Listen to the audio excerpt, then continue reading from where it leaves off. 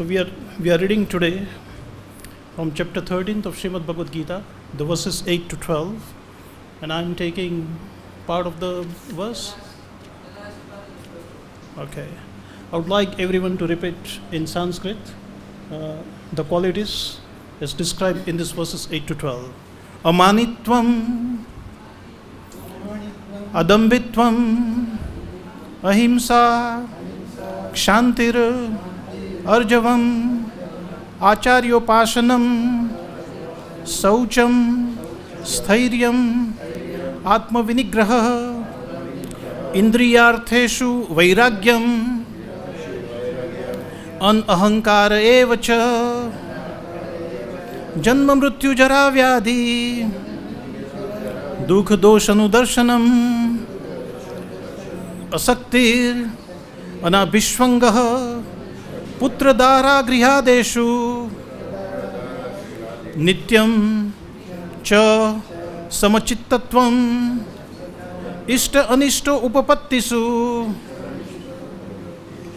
Mayi Cha Ananya Yogena, Bhaktir Avyabhicharini, Vivikta Desha Sevitam, Aratir Jana Sansadi, Adhyatma Jnana Nityatvam, Tattva Jnanartha Darshanam, Etaj Jnanam iti Proktam, Ajnanam Yadato Anyatha.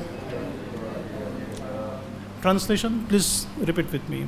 Humility, pridelessness, non-violence, tolerance, simplicity, approaching a bona fide spiritual master, cleanliness, steadiness, self-control, renunciation of the objects of sense gratification, absence of false ego, the perception of the evil of birth, death, old age and disease, detachment, freedom from entanglement with children, wife, home and the rest, even-mindedness amid pleasant and unpleasant events, constant and unalloyed devotion to me, aspiring to live in a solitary place, detachment from the general mass of people, accepting the importance of self-realization, and philosophical search for the absolute truth. All these I declare to be the knowledge, and besides this, whatever there may be is ignorance. Om Jnantimirandasya Jnananjana Shalakaya Chakshurunmilitam Yena Tasmai Shri Guruve Namaha Shri Chaitanya Manobhistam Sthapitam Yena Bhutale Swayam Rupa Kadamayam Dadati Swapadantikam Vandeham Shri Guru Shiyutapadakamalam Shri Gurum Vaishnavamsha Shri Rupam Sagrajatam Sagana Raghunathan Vitam Tam Sajivam Sadvaitam Savadutam Parijana Sahityam Shri Krishna Chaitanya Devam Shri Radha Krishna Padan Sahagana Shri Lalita Shri Vishakan Vitamsha Namo Vishnu Padaya Krishna Pastha Bhutale Srimati Bhakti Vedanta Swami Niti Namine Namaste Saraswati Devi Gauravani Pracharine Nirvishesha Shunyavadi Pasyatya Deshatarine Vancha Kalpatarubhyascha Krupa Sindhubhya Evacha Patitanam Pavanebhyo Vaishnavebhyo Namo Namaha Namo Mahavadanyaya Krishna Prema Padayate Krishnaya Krishna Chaitanya Namine Gauratvisya Namah Tapta Kanchana Gaurangi Shri Radhe Vrindavaneshwari Shri Vishabhanu Visute Devi Pranamami Shri Hari Priye Namo Brahmanya Devaya Go Brahmana Hitaya Chajan Jagadhitaya Krishnaya Govindaya Namo Namah Jai Shri Krishna Chaitanya Prabhu Nityananda Shri Advaita Gadadhar Shiva Sadi Gaura Bhakta Vrinda Hare Krishna Krishna Krishna Hare Hare Hare Rama Rama Rama Hare Hare.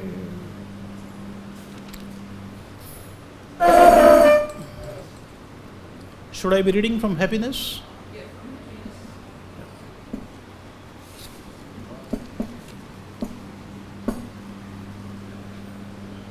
Reading Bhaktivedanta Purport by A.C. Bhaktivedanta Swami Srila Prabhupada. Happiness and distress are concomitant factors of material life. One should learn to tolerate as advised in Bhagavad-Gita. One can never restrict the coming and going of happiness and distress. So one should be detached from the materialistic way of life and be automatically equipoised in both the cases. Generally, when we get something desirable, we are very happy. And we get something undesirable, we are distressed. But if we are actually in the spiritual position, these things will not agitate us. To reach that stage, we have to practice unbreakable devotional service. Devotional service to Krishna without deviation means engaging oneself in the 9 processes of devotional service: chanting, hearing, worshipping, offering respect, etc., as described in the last verse of the 9th chapter. That process should be followed. Naturally, when one is adopted to the spiritual way of life, he will not want to mix with materialistic men. That would go against the grain. One may taste himself by seeing how far he is inclined to live in a solitary place without unwanted association. Naturally, a devotee has no taste for unnecessary sporting or cinema going or enjoying some social function, because he understands that these are simply a waste of time. There are many research scholars and philosophers who study sex life or some other subject, but according to Bhagavad-Gita, such research work and philosophical speculation have no value. That is more or less nonsensical. According to Bhagavad-Gita, one should make research by philosophical discretion into the nature of the soul, and one should make research to understand the self, and that is recommended here. As far as self-realization is concerned, it is clearly stated here that bhakti-yoga is especially practical. As soon as there is a question of devotion, one must consider the relationship between the supersoul and the individual soul. The individual soul and the supersoul cannot be one, at least not in the bhakti conception, the devotional conception of life. This service of the individual soul to the Supreme Soul is eternal, nityam, as it is clearly stated. So bhakti or devotional service is eternal. One should be established in that philosophical conviction. In the Srimad Bhagavatam 1.2.11, this is explained: Vadanti tata tadva vidas tatatvam yada jnanam advayam. Those who are actually knowers of the absolute truth know that the self is realized in 3 different phases as Brahman, Paramatma and Bhagavan. Bhagavan is the last word in the realization of the absolute truth, and therefore one should reach up to that platform of understanding the Supreme Personality of Godhead and thus engage in the devotional service of the Lord. And that is the perfection of understanding. Beginning from practicing humility up to the point of realization of the Supreme Truth, the Absolute Personality of Godhead, this process is just like a staircase, beginning from the ground floor and going up to the top floor. Now on this staircase, there are so many people who have reached the first floor, the second or the third floor, etc. But unless one reaches the top floor, which is the understanding of Krishna, he is at a lower stage of knowledge. If anyone wants to compete with God and at the same time make advancement in spiritual knowledge, he will be frustrated. It is clearly stated that without humility, understanding is not truly possible. To think oneself God is most puffed up. Although the living entity is always being kicked by the stringent laws of material nature, he still thinks, I am God, because of ignorance. The beginning of knowledge, therefore, is amanitva, humility, and one should be humble and know that he is subordinate to the Supreme Lord. Due to the rebellion against the Supreme Lord, one becomes subordinate to material nature, and one must know and be convinced of this truth. Okay.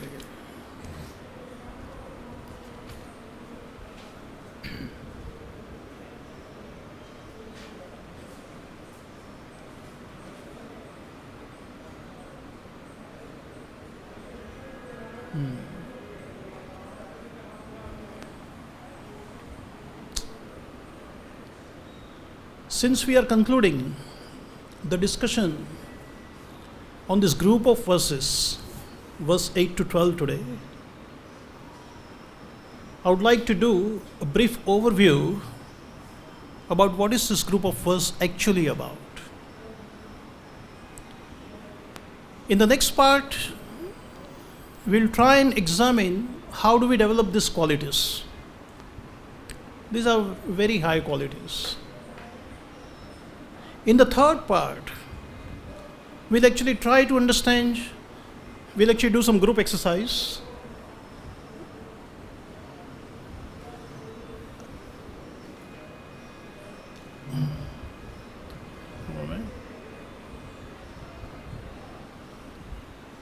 And in the third part, we'll do some group exercise. In the fourth part, we'll try to understand why has Krishna positioned this verse in this part of the 13th chapter, so that we can understand basically the flow of the verse actually within the chapter itself. It's a very technical chapter. And in the last part, we'll try to understand that he's talking about the culture of knowledge, the process of knowledge. And he's saying that anything which is outside of these 20 qualities is ignorance. And then we will just try to understand that what are the consequences of not following this culture of knowledge. Yeah? So the first part is basically overview of these verses. The overview of this verse is, while I was, trying to go through this verse in the afternoon, this part is taken up in very elaborate details in Sri Ishopanishad, Mantra 10. And in Mantra 10, Ishopanishad uses the two words, the Vidya and Avidya. So Vidya is translated as the culture of knowledge. Yeah? And Avidya is translated as the culture of nescience, or the culture of ignorance. So this group of Prabhupada in his purport in Sri Ishopanishad takes up this section of Bhagavad-Gita, verses 8 to 12, and says that this 20 qualities put together is a culture of knowledge, or Vidya, or is the process of knowledge. And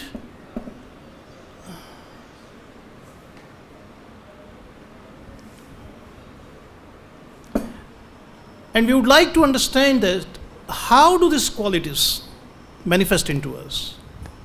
Let me ask you a question. Has Prabhupada given us any program to develop the humility? If you know, raise the finger. I would just like to know. Yes? Our entire program is to develop humility. Great. Yeah. Anything specific in particular that would lead to the manifestation of the humility? Has he said that you do this and you become humble? No, our entire program is to become humble. Okay, that's good. Anybody else? What Srila Prabhupada has given to us? He has given to us the 4 regulative principles and transcendental knowledge. And then, everything based on the transcendental knowledge. Like reading the Shastras and worshipping the deities and staying in a dham and associating with the devotees and chanting of the holy name, right? I'm coming to the point of how these qualities are going to manifest in us. So that's the reason I'm just raising this issue of what regulative principles Srila Prabhupada has given.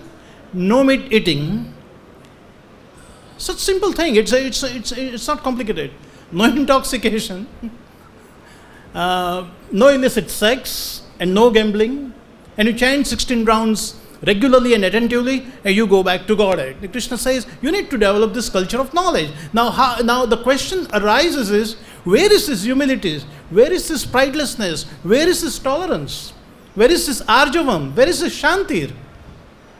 So the point, the perspective I'm trying to bring to this class today is that these qualities are associated with the 4 regulative principles. If you follow the 4 regulative principles and you chant 16 rounds attentively, you're bound to develop these 20 qualities. There is no separate program for us that. As Mataji has said, our complete program is centered around developing humility and all these qualities. How will they manifest? They will manifest by following 4 regulative principles sincerely and chanting 16 rounds attentively without fail. How will that happen? So just analyze this further. What do the 4 regulative principles do? What do they do? Protect us. Very good. Restrict us. Very good. Yes. Restrict us from what? Suppose if I'm used to doing gambling. You're used to doing? Suppose if I'm addicted to gambling and all. Ha. Or intoxication, I was not aware. Okay. So no gambling. It's restricting me to do a particular activity which is considered most sinful or abominable. Yeah, very good. What else? The life is kept in discipline. Life is kept in discipline. Good. What else? Yes. It's purifying. It's purifying. Because it keeps us away from adharmic activities. Very good. It keeps us away from adharmic activities. What else? Prabhupada says, Srila Prabhupada says of the principles of freedom, that means definitely becoming free from all those things who are entangled in the material world. Yeah. Becoming free, because Prabhupada says these principles of freedom, then we get free. We become free if we follow these 4 regulative principles. Good. Because at the end of the day, we want to be free. We are entangled over here, correct? Yes, good. Who else? I'm looking for a very technical answer. Yes. Well, these particular 4 regular principles are associated to the 4 legs of religion. Correct. These 4 principles, these 4 regulative principles are related to the 4 principles of religion. 4 regulative principles. What are they? Mercy, truthfulness. No, please explain that. Which regulative principle will lead to what? No meat eating. No meat eating belongs to mercy. Mercy.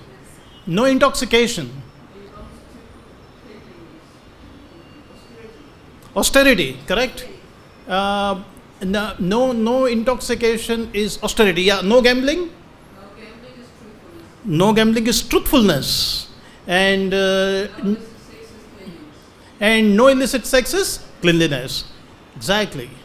These 4 regulative principles will automatically make us pious. Prabhupada has not told us, be merciful. Prabhupada has not told us that, be clean. Prabhupada is not talking in the air. He's giving us a practical process. He's saying, do this, and so you will become this. You understanding this point?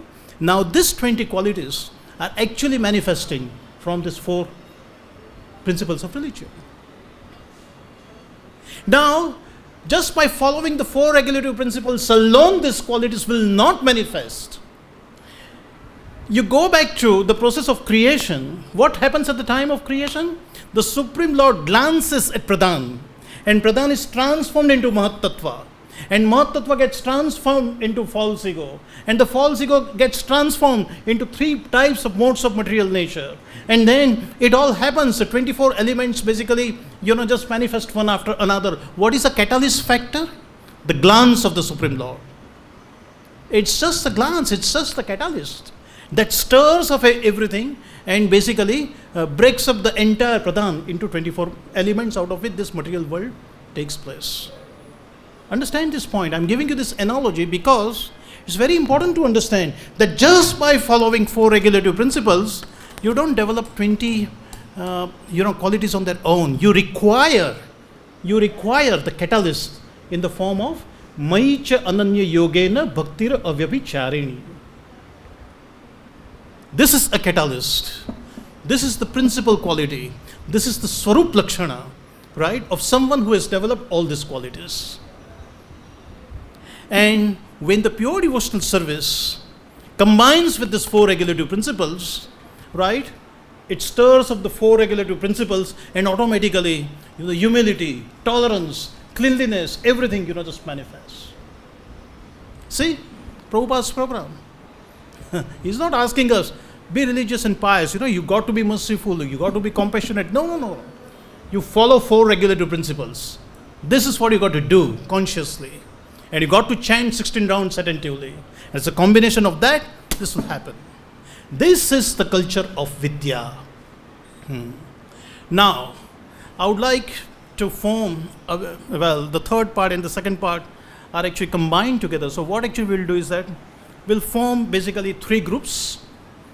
So the devotees, I want devotees to come together, take up every quality and identify it with one of the 4 principles of religion.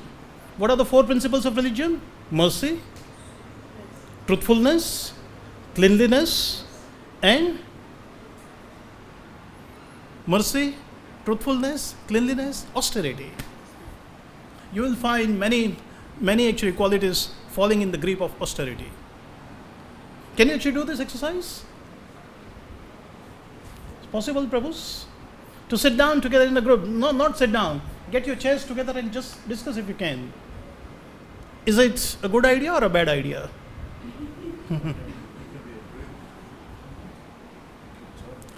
25% of the knowledge is acquired by discussing in the groups. I'm telling you the fact. I heard it in the Bhakti Shastri introduction class. His Holiness Vrindavan Chandra Maharaj was telling 25% of the knowledge is actually acquired. Even if you read everything, you won't understand unless you discuss it with the other devotees. So that's the reason I am saying, form the group and discuss, and you will learn from the realizations. 25% of the knowledge. It's a big chunk. Actually, unless you do the group discussion, you cannot.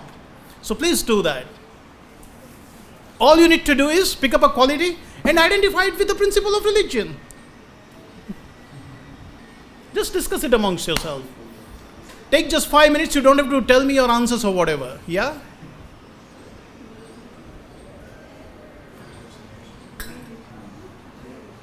Have you finished the discussion? Yes. Oh, beautiful. You find the nexus?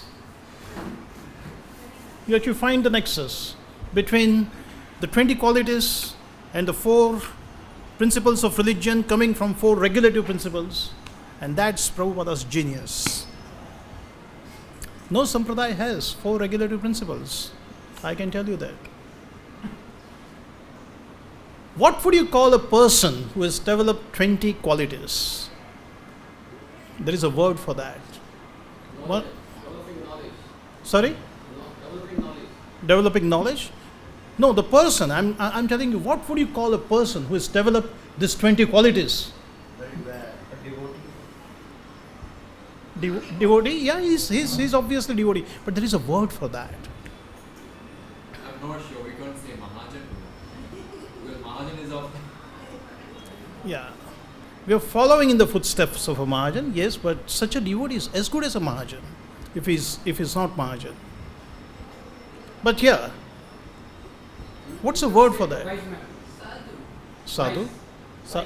Sadhu? There is a word for that. That word is Dhira. Dhira. Dhira is a person who has developed these 20 qualities. Dhira means a person who is, and what is the process Dhira is? How someone becomes a Dhira? This is a thing that I'm driving it to. We have now understood that these 20 qualities are coming from 4 principles of religion, is coming from 4 regulative principles. But then, who's going to tell us? Dhira is going to tell us. And what's the process? The process is hearing. So unless we hear from a Dhira, we cannot develop these qualities. So the fundamental thing is the process of the hearing. That is what Ishopanishad, as an extended purport of this group of verses, is giving as a conclusion. The iti sushruma dhiranam. Sushruma, we have to hear. We have to take the position of a sushruma. Sushruma is a person, right, who hears with faith and attention. Dhira is a person who neither laments nor hankers. He has heard from a Dhira and he is a pure devotee of the Lord and he has developed these 20 qualities. He is situated in this culture of knowledge. So this is the process that we have to follow.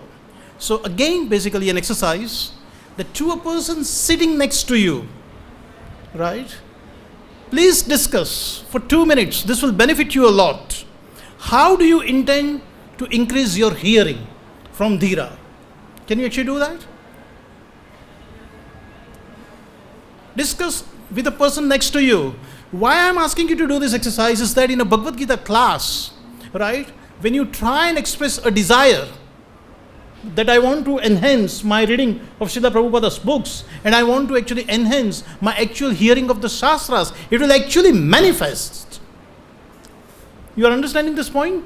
It's a very important exercise to do. So to a person sitting next to you, discuss your plan of increasing, enhancing reading of Srila Prabhupada's books and hearing from Dhiras. Please do that. Dhira means patience. Dhira also means, no, Dhairya means patience. So Dhira means Dhira means a sober person. A person who is sobered down because he has developed all these qualities. We are listening from you, we are hearing from you. Sorry? It's also a group actually, we are listening from you. Correct. But you actually discuss with a devotee sitting next to you your plan of increasing your reading Srila Prabhupada's books on a daily basis. How would you discuss this? Because it is so important and vital. If you do that, these 20 qualities will manifest within you. You understanding? This is a practical book. Every verse is very practical. Correct. So you actually discuss how you are going to increase. Yes. So you discuss with the devotee next to you how you are going to increase reading of Prabhupada's books.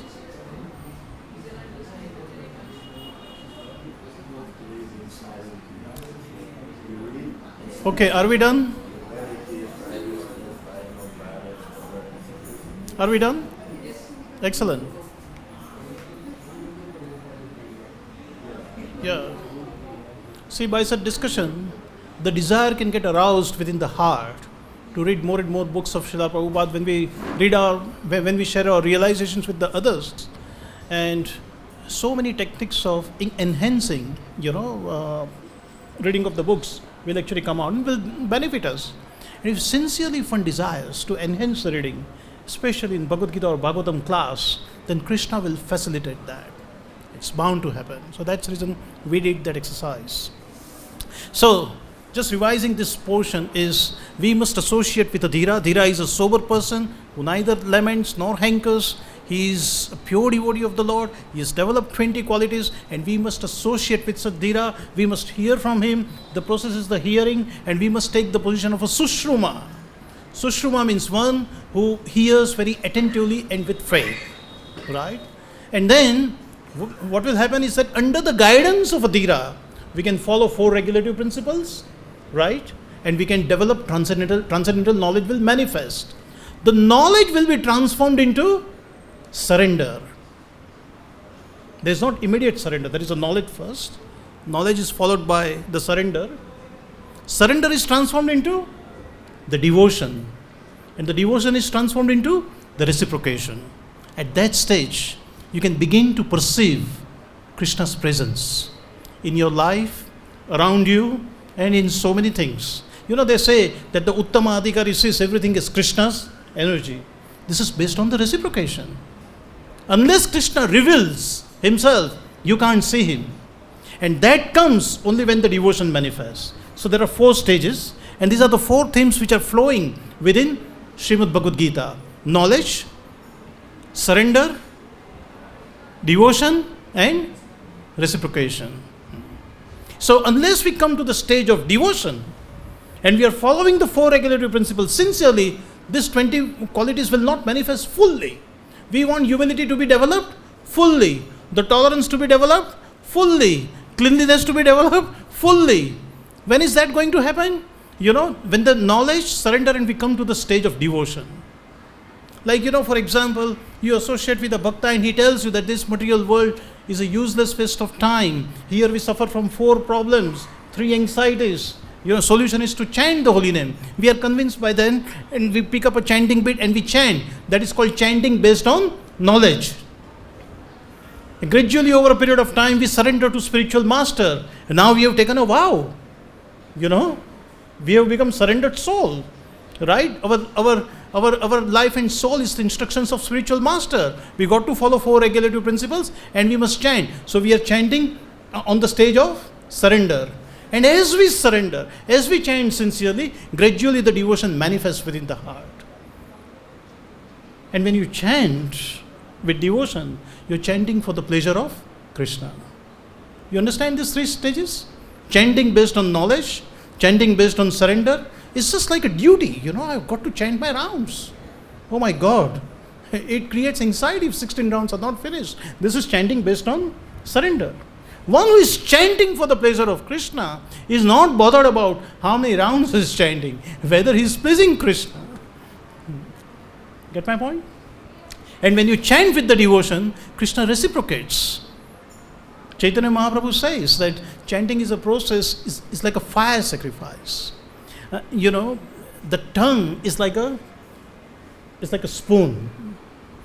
The holy name is like a argya, the ghee. The ears, right? Through which we have to Om Swaha, right? And this is where, the fire is burning. So when the ghee falls into the fire, what happens? The smoke comes out. And that smoke comes out in the form of tears. I mean, if you stand close to a yajna which is blowing with fire in the smoke, the tears will come out or not. So Chaitanya Mahaprabhu has exactly explained this process. That take the holy name which is in the form of a ghee, put onto your tongue which is like a spoon, right? Om Swaha, put it through the ear, let it fall into the heart. And when it falls onto all the anarthas and they are churning up, it comes out in the form of tears from the eyes. This is reciprocation from Krishna. This is chanting on the stage of reciprocation. Someone is chanting and the tears are rolling out. The anarthas are burning. Krishna is reciprocating with the devotion. But first, we got to chant on the basis of knowledge. Then chant on the basis of surrender.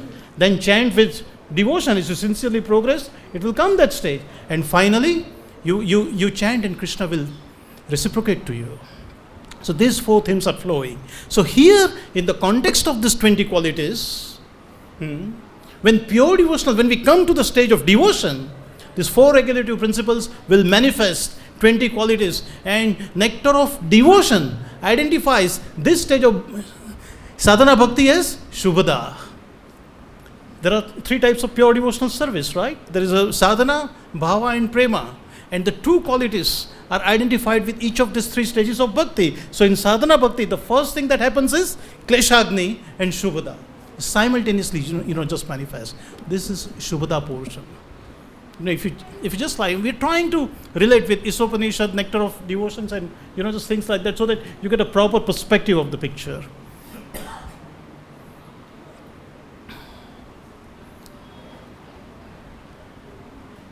And once you have become a dhira, what happens? Should you stop hearing or should you continue to hear? Why? I mean, this conversation, the class. Sorry? You're talking about the class? No. I'm just asking a question. Once you become a dhira, you will definitely develop 20 qualities.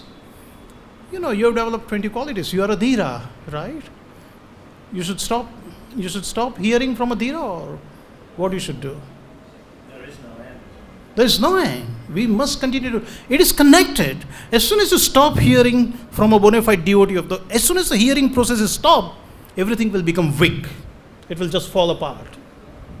If you don't open a book from Srila Prabhupada's books and don't read a page during a day, don't meditate upon that, don't hear from basically bona fide devotees of the Lord, your consciousness will become contaminated.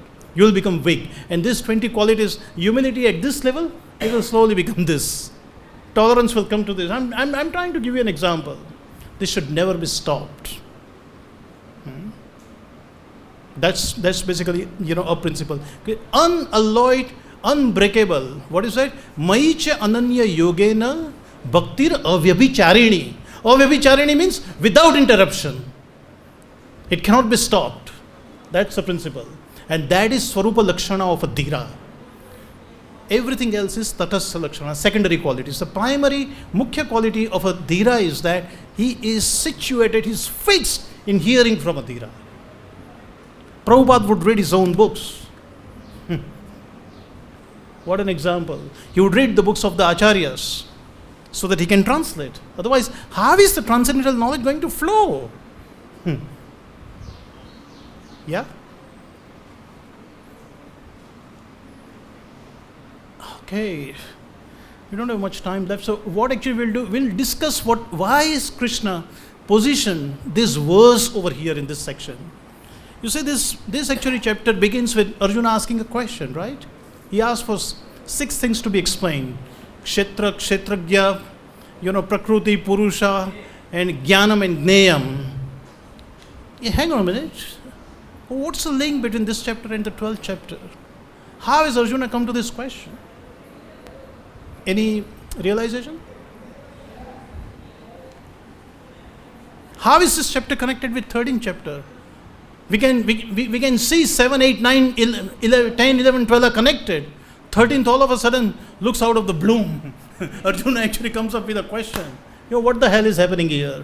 In the 12th chapter, Krishna is identifying the ladders of pure devotional service, that one who is constantly engaged in thinking about me is the topmost of all the devotees. If you can't do that, practice the principles of bhakti-yoga. If you can't do that, renounce the fruits of activities. If you can't do that, develop knowledge. You are understanding? Now bhakti-yoga is over. Krishna has nothing left to basically speak about bhakti. His job is over as far as bhakti-yoga is over. So now Arjuna has picked up. He talked about developing knowledge. He talked about developing knowledge, that somebody who has not developed bhakti yoga, he should start with knowledge. So let me ask questions relating to knowledge. Are you understanding? That's how it is linked. And now Krishna has picked up that, and he is actually explaining this. Now in 2nd chapter he has already discussed about body and soul, but here he is talking about the body and soul as kshetra, kshetragya. This is vijnana. Now understand the positioning of this verse. He talks about kshetra as a field of activities, kshetragya as a knower of the field, right? And then he is sort of going into the sankhya, that is, he is analyzing the field of activity and the interactions in the verses 6 and 7, right? Identifies 24 elements, and now he is identifying the process of knowledge. So there is a basic jnana, this is the process, that is abhidaya, and now the object of knowledge he is going to touch, super soul. In the next verses 13, 14, 15, 16, 17 and 18, he's talking about super soul. We cannot understand super soul unless we will become a dhira. So he's putting the whole culture of knowledge here. So now you can progress from the verse number 13 to verse number 18. You will understand about super soul, and Krishna in the 19th verse says, only my devotee can understand this Vijnan. What is a Vijnan? He's defining Vijnan. Kshetra, Kshetragya, Jnanam, that is the process of knowledge, and Gneyam. Gneyam means the object of knowledge. Everything combined together is Vijnana. And he says, Madabhakta etada Vijnaya Madabhava Upapadyate. Only my devotee will understand this, and nobody will else understand. So Krishna has to put somewhere this process of pure devotional service and the qualities manifesting, and identify that as a culture of knowledge, which he has done right now. Is that clear? Is there any question as a result? This positioning of the verse, very important. He could have spoken this in the beginning, and no, he's speaking at a time when the basic Sankhya part is over. In order to analyze 24 elements of matter and all that, that's fine. You don't need to be so much doing all this. But he says, no, now you are going to understand super soul. You cannot understand unless and until you have become a dhira. You're a pure devotee. You're unalloyed pure devotee. I mean, all of us have got theoretical conception of the super soul, but no perception of the super soul. This will give you the perception of the super soul. He says he's everywhere with thousands of legs and hands. Yeah, you will be able to perceive super soul like that. But for that, we have to become dhira first. So that is basically, the positioning of this verse. And finally, the culture of ignorance. This is a culture of knowledge. We have seen the benefit of the culture of knowledge. We'll be able to understand the super soul. We'll develop jnana chakshu. And in the last part of the 13th chapter, he develops the vision. A person who develops as a result of developing this knowledge and vijnana. So now we will discuss what is the opposite of this. What happens to us if we don't develop these qualities? Avidya, the culture of nescience, the culture of ignorance. So there are 6 consequences if you don't develop these qualities. If you are a man, and if you don't develop these qualities, you become an ass. As means a person who works for sense gratification. If you are a man, if you don't develop these qualities, you become an ass. If you are a child, and if you are not taught, if you are not given the instructions on Vedic culture, you will become disrespectful of the elderly people. If you are a woman, and if you don't develop these qualities, then you will become independent. You will become polluted in the consciousness. They say, the independence means in the married life it can lead to the divorce. It can even lead to the prostitution. It can lead to the breakage of, the relationships. All these things of women becoming, all these things as a result of women becoming, independent. And we see in the Western world and even in India too today, right? By not developing these qualities, what is happening to, the women? If you are a nation, you will get into the defensive propensity and you would want to actually protect your borders. And you will develop weapons of mass destruction. And the sixth and the final thing is, if you are religionist, if you are a preacher or wants to, right, then you will end up with some upper sampradaya if you don't develop these qualities. And there will always be, the religion will be taught only for the name and fame, and there will be always the difference of opinions, and these groups will always be fighting and criticizing with one another. These things are the consequences of not following the culture of knowledge. You will fall into the culture of nescience, and as a result of this 6 things will happen. So I think we conclude now. There are only 4 minutes left. So what actually we will do, we will try to take the reflections, actually from the class, that by hearing this class, if anything has, for example, tinkled or touched, I would just like you to speak. Would like anyone to go first?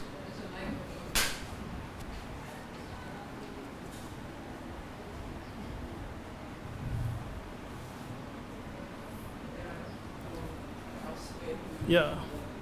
Something that basically, you have heard. Let me hear that what you have heard and what you have basically understood.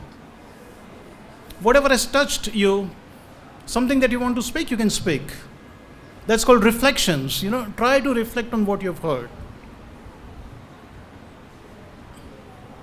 First of all, I want to thank you for giving me a reminder about, it's a kind of a reminder actually. We read sometimes, but we forget. And practicing also is very important. Sometimes when we don't associate with anybody, so association is very important. And secondly, the word thira, to associate with that personality and continuously listening to his lectures or association. Only then we can maintain the flow. Exactly. If we reduce that association, then our qualities will also go down. So it is very important to, as you said, reading one page of Prabhupada's book it's very, very important. Yeah. At least. Thank you. Anybody else?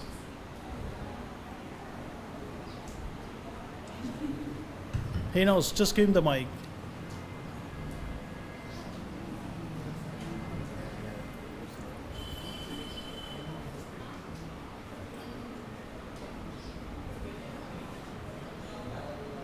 We discussed one point. Some materialistic persons, those who are not following these 4 relative principles, also merciful. Now I'm just asking about the reflections of the class, not like the question at this stage. Whatever you've heard, is there any reflection as a result of hearing? It is, you said about tongue. Tongue. Okay. In one letter, Prabhupada says, when you chant, the hissing sound should not come. That hissing sound should not come. Yeah. When you chant, Hare Krishna, Krishna, Krishna, Hare Hare. should you properly chant. If you properly chant, Krishna will dance in your tongue. Okay. That's good. Anybody else?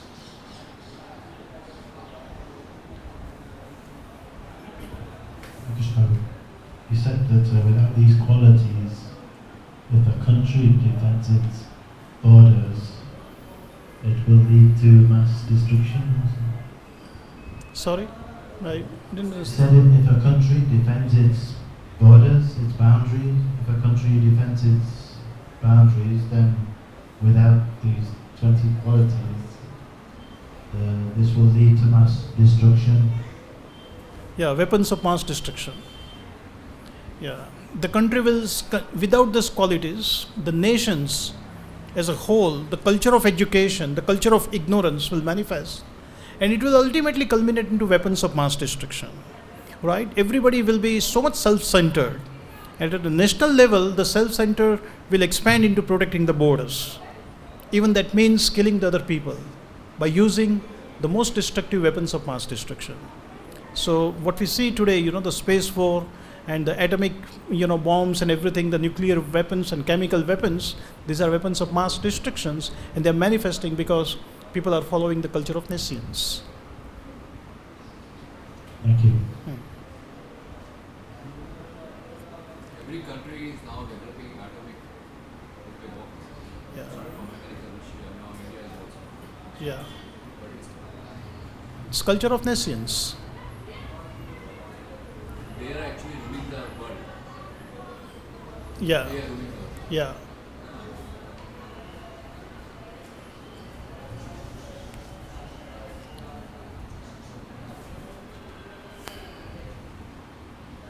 I was interested in your progression from knowledge to surrender, from surrender to devotion, and from devotion to reciprocation. I find that quite helpful for explaining to people why we can't get instant results. Yeah. Is there a Shastra reference for that? No, it is analyzed when you read 7, 8, 9, 10, 11 and 12 chapters of Bhagavad-Gita. The way Krishna speaks these verses, the chapter 7 begins with knowledge, right? And then he actually talks about the devotion and how he reciprocates his intimacy with the devotees. So reciprocation part comes in the end, the devotion parts comes in the middle, and between the devotion and knowledge there is basically surrender. So these themes have been identified within Bhagavad Gita. So when I was preparing for Bhakti Shastri, the middle 6 chapters of Bhagavad Gita, and I was going through, the VTE books, these actually 4 themes were appearing. Yeah. And there are verses that Krishna has spoken that will tell you that the knowledge precedes surrender and devotion. And Burijan Prabhu at one point of time in Melbourne, he took a retreat just on this theme, knowledge, surrender, devotion. But he didn't mention about the reciprocation. But reciprocation is there in basically, the 9th, from the end of the 9th up to basically the 12th chapter. Krishna has got so many verses. Yeah. Because Burijan's analysis and surrender unto me doesn't go into that much. Yeah, no. Anyone else want to? I have a question. Yes. Please speak into the mic for the people who are listening. It's about this word dira.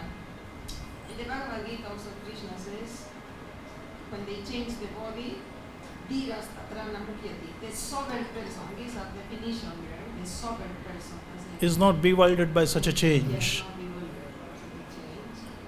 Then, but in this class,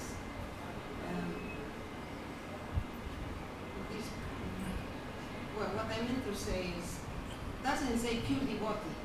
Krishna doesn't say pure devotee. He just says the sober person. It's not bewildered. And here, when we emphasize, we have to hear from Dira. I think we should emphasize to hear from pure devotee, because pure devotee, like Srila Prabhupada, gives us the example. Because here in the Bhagavad Gita says, it's always in the solitary place and doesn't want to be with people.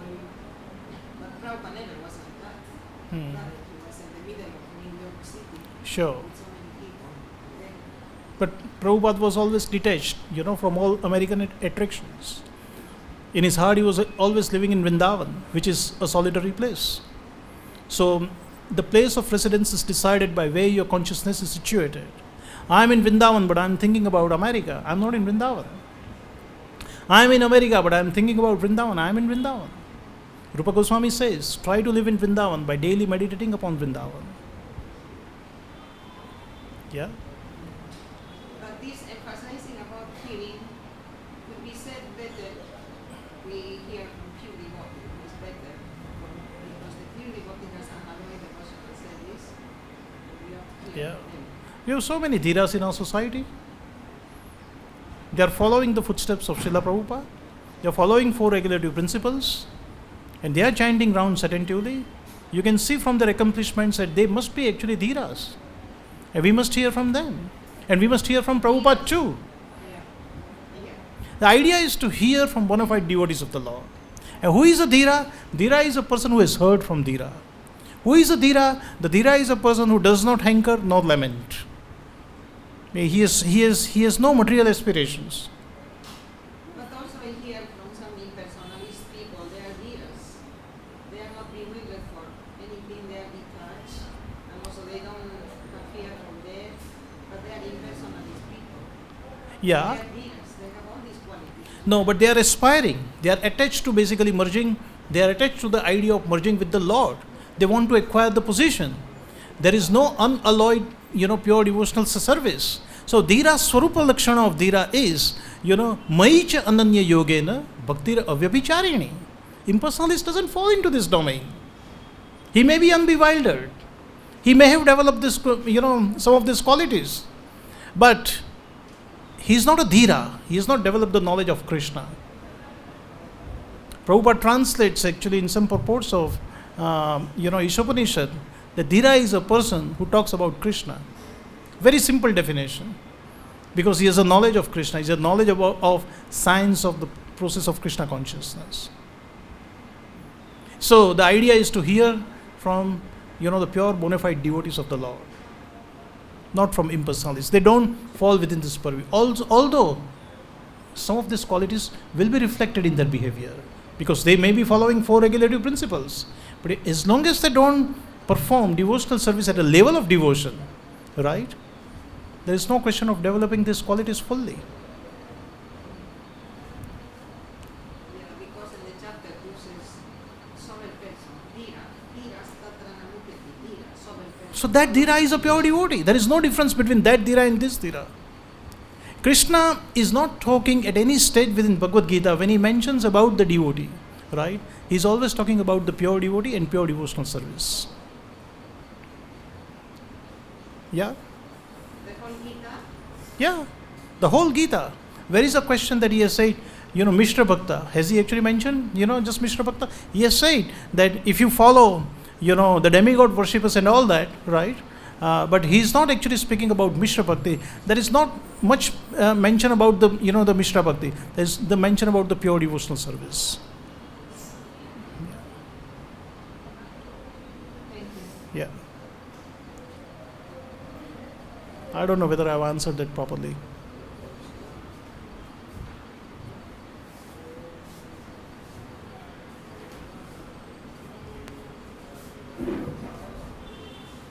Is it all? Srila Prabhupada ki? Bhagavad-Gita ki jai. Enhancing reading of Srila Prabhupada's books ki? Becoming dhira ki jai.